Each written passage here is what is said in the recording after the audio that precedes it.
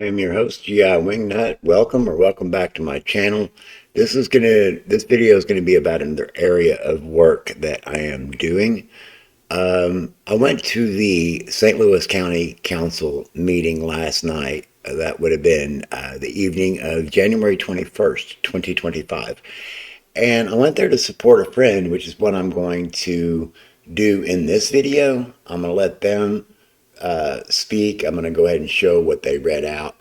And then we're going to get into some of the details that they allude to.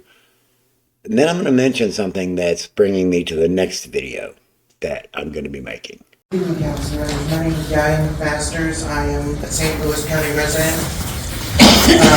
I'm with MCU 63114. I'm with MCU, Metropolitan Congregations United.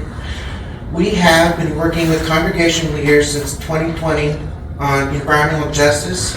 We have all shared value in making sure we all have access to environments that keep everyone healthy. We are asking the council to propose and pass a St. Louis County ordinance that parallels the state law RSMO 160.077, Get the Lead Out of School Drinking Water Act of 2022. MCU Environmental Justice Task Force has gathered information and has concluded that the school districts in St. Louis County are in violation of the law. The current state law has no clear accountability measures, so the MCU leaders are asking local county officials to create ordinances that will hold school districts accountable. MCU has learned that there will be a reduction of the allocated funds set aside to support the school districts originally in the 2023 state budget. MCU leaders are asking the St. Louis County Council to allocate specific funding to support local school districts to follow the state law and additional funds for the public health department to educate and support as needed in the 2025-26 budget cycle. We would like to have a meeting with council members to discuss these issues before Earth Day, April 22nd, 2025. MCU believes that the county government and local schools can protect children from this specific source of lead exposure. Please reference the additional documents with more information, more details related to this concern. Thank you very much. Then our final speaker? Ms. Mayor. So let's take a look at some of this additional information.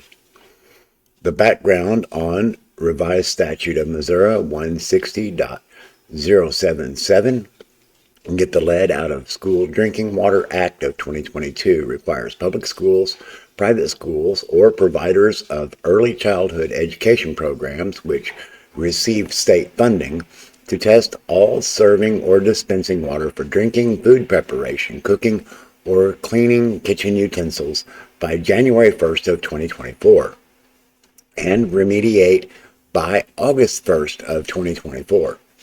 Early childhood education programs only include state-funded pre-kindergarten school programs required to test. All sample results, remediation plans, and general lead awareness information must be communicated on the school district website for parents and staff. MCU has found, after talking with a sample of parents, school districts, and the Missouri Department of Health and Senior Services, that this was not the case for all school districts in St. Louis County. MCU's Environmental Justice Campaign.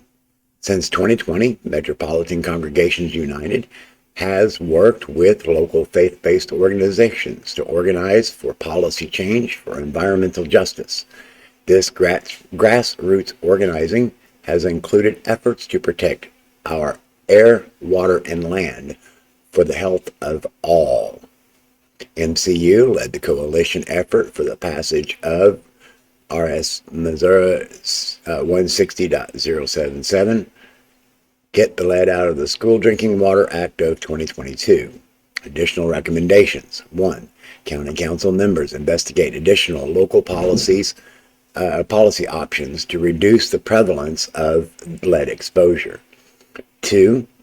The creation of a council lead exposure task force with members representing county school districts, providers, community members, and the Department of Public Health. Conclusion. In conclusion, Black children are more likely than white children to test positive for lead in their blood and account for more of the children suffering from lead poisoning.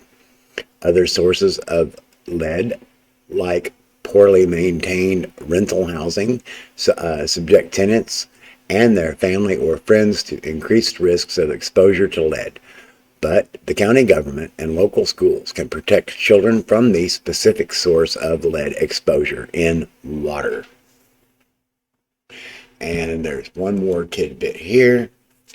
Collaborating with school districts to distribute kindergarten lead screening forms, home assessment of kids with evaluated blood levels or blood lead levels, providing education and resources for home remediation, performing annual sanitation and complaint inspections of child care facilities authorized through the state contract or through a state contract.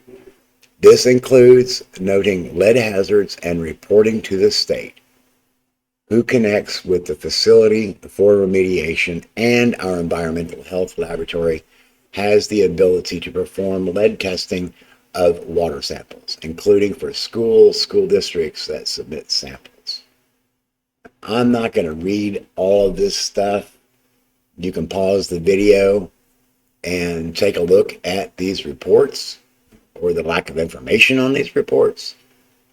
And we're going to move right on through into the next video because I learned something last night while sitting through the council meeting waiting for my friend Yaya to speak. And I'm going to address the fact that the council, after much debate apparently, has decided to accept a $50 million grant from the state of Missouri to build a cop city in St. Charles County, just west of St. Louis.